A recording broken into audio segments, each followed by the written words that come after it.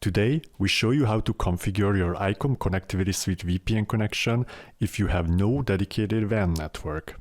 Although it is strongly advised to have separate LAN and WAN networks, in some situations this is not possible to organize. But please note that by configuring your device this way, you will make the entire local network, including the default gateway, reachable over the VPN tunnel. Make sure you took the necessary security measures in your LAN network beforehand. Since our setup wizard always configures a separate WAN interface, we will have to manually configure our device. We start by logging into our ICOM Connectivity Suite VPN account. We have already registered the device in this video, so we click on its name and download the configuration file. The router gets the IP address you configured under accessible IP. In our case, 192.168.178.100. We log into our router, go to Administration, Profiles, and click on the Upload button under ASCII configurations. Select the configuration file that we just downloaded and click on Submit. Click on the gear symbol next to the newly added file and click on the gear symbol again, then apply ASCII configuration. The OpenVPN settings, meaning the ICOM Connectivity Suite VPN settings, are now configured, and now we just have to set up the internet connection. In this case, we use Net1, the interface the configuration file has just set up for us. First, we'll create a new WAN chain for the OpenVPN interface, otherwise the VPN will not start. Under Network, WAN/Internet, click on the plus symbol, then on the plus symbol again, and select OpenVPN 1. We advise you to configure a ping check to the server's tunnel address 198.18.0.1. Click on Submit. Our VPN tunnel can now start as it is inside a WAN chain. We now deactivate the DHCP server for Net1 since we don't want to have two DHCP servers in the network, as that could lead to errors. We do this under Network, DHCP, by clicking on the pencil icon and unchecking Active. Click on Submit. Net1 will need a default gateway.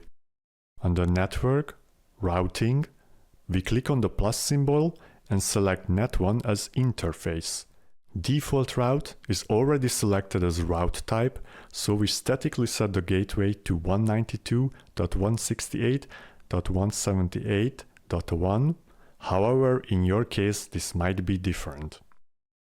We set up a DNS server address for name resolution under Network, Hostnames/DNS. Under DNS settings, click on the pencil icon. We type in 192.168.178.1 again. The firewall settings are an important step. Under Network, Firewall/Net, we activate the IP filter for IP version 4 first. The configuration file has already set up numerous firewall rules, however, our device needs to be able to send DNS and NTP requests as well. Configure the following rules shown here. We stay here to configure masquerading for Net1. Click on the plus symbol under SourceNet. Select Type Masquerade and Net1 as Output Interface. Click on Submit. Setting the correct date and time on your device is very important for certificate-based authentications, such as a VPN tunnel. For this reason, we set up an event to synchronize the time every 8 hours. Under Events, we create a new event and select Timer Expired. Click on the plus symbol next to Timer, select Interval as Type, and type in 8 hours and 0 minutes. Now select the newly added timer, and as action, we select Synchronize Clock via NTP. Click on Submit to save. Before we could activate our settings, we need to create a user. Under Administration, User, click on the pencil icon, type in your wished user and password combination, and click on Submit. As a final step, we activate the profile. The router is not reachable anymore over the previous IP address 192.168.1.1. Don't forget to change your PC's IP address so it would be in the IP range 192.168.178.0.